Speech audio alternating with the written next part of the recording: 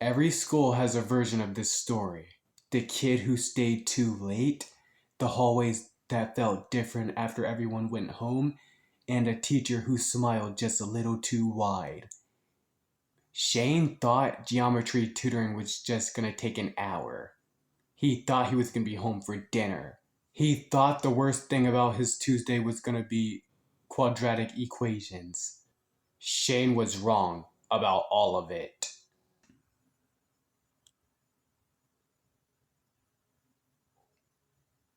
It was already 3:45 p.m. when the last school bus pulled out of Westfield High School.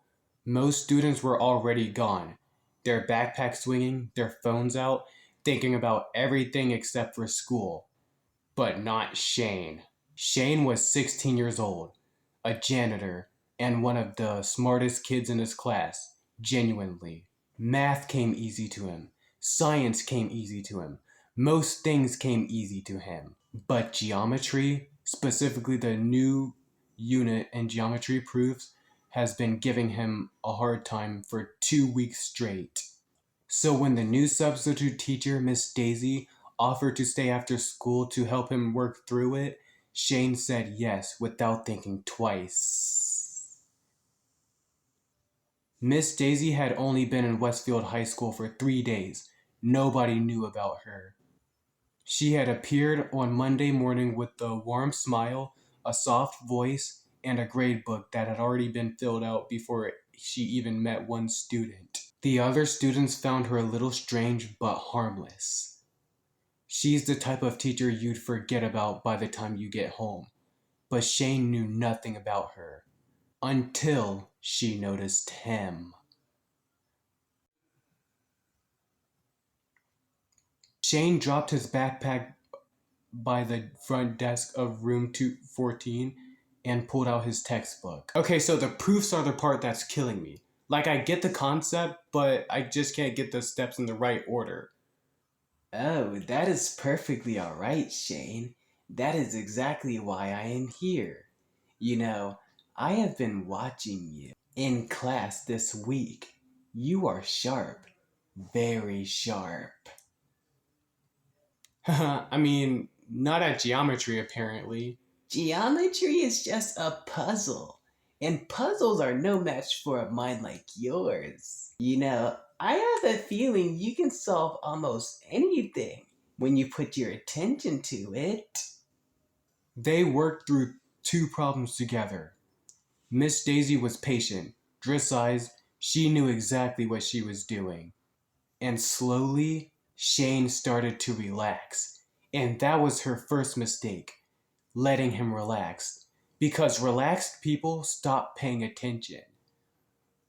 It was 5 p.m. when Shane looked up from his textbook and saw that the school was absolutely quiet.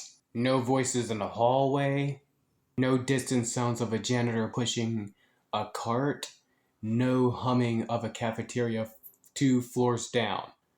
Just silence. Is it always this quiet after school? It is now. I should probably head out soon. My mom's gonna start calling. Oh, I wouldn't worry about that, Shane. Why not? Because you are exactly where you are supposed to be.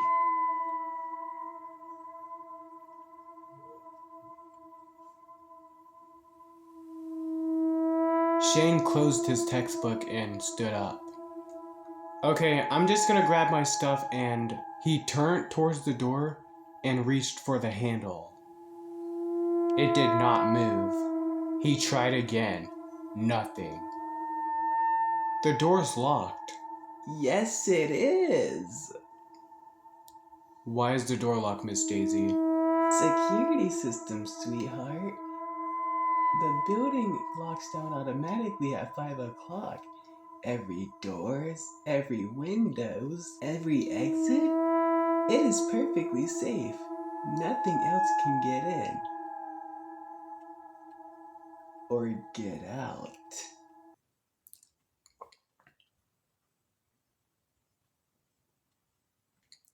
Call the office. Tell them to override it. Oh, the office is empty, Shane. Everyone has already gone home. Then call someone. Call maintenance. Call. I am afraid the phones are part of the security systems too, sweetheart. No ongoing calls after 5 o'clock. School policy. She began walking towards him, slow, unhurried, like someone who has done this before. Do not worry. I am gonna take very good care of you. Shane backed up against the door. His hand reached into his pocket. His phone. He pulled it out. No signal. Not one bar. I told you, sweetheart. The building is sealed. It is just you and me tonight. She reached out and placed one hand gently on Shane's shoulder. Her smile does not waver. Now, shall we get back to the lesson? Shane moved. Fast. He ducked under her arm, grabbed his backpack, and ran out of the room. Into the hallway. Dark except for a pale emergency lighting humming along the ceiling. He ran without thinking. Just away. Just distance between himself and that smile. He hit the first stairway. Locked. He tried the next hallway. Every classroom. Locked. Every doorway. Sealed. The building was just a maze with no way out, and Miss Daisy knew every inch of it. Okay, think. There has to be an override. Find the security panel. Find the panel and shut it down. He pulled out his phone again. Still no signal, but his flashlight worked. He turned it on. The hallway stretched in both directions. Empty, silent, somewhere behind him he could hear footsteps. Slow, patient, not rushing. She was not chasing him, she was waiting. Shane pressed himself into a hallway and killed his flashlight. Darkness, complete and total. And then, somewhere above him, a sound. The soft, metallic scrape of a door opening. And then a voice. Old, rough, just above a whisper. Hey, kid, up here. Don't make a sound. Shane looked up. In the ceiling, a ventilation panel. Slightly opened, two eyes looking down at him from the darkness. You staying after for geometry tutoring? Yeah. You're not the first one she tried this with. Come on, move. Hurry before she finds you. Shane stared up at those eyes in the darkness. Every instinct told him not to trust the stranger. Every other instinct told him that the alternative was going back to Miss Daisy. He grabbed the edge of the ventilation panel and pulled himself up.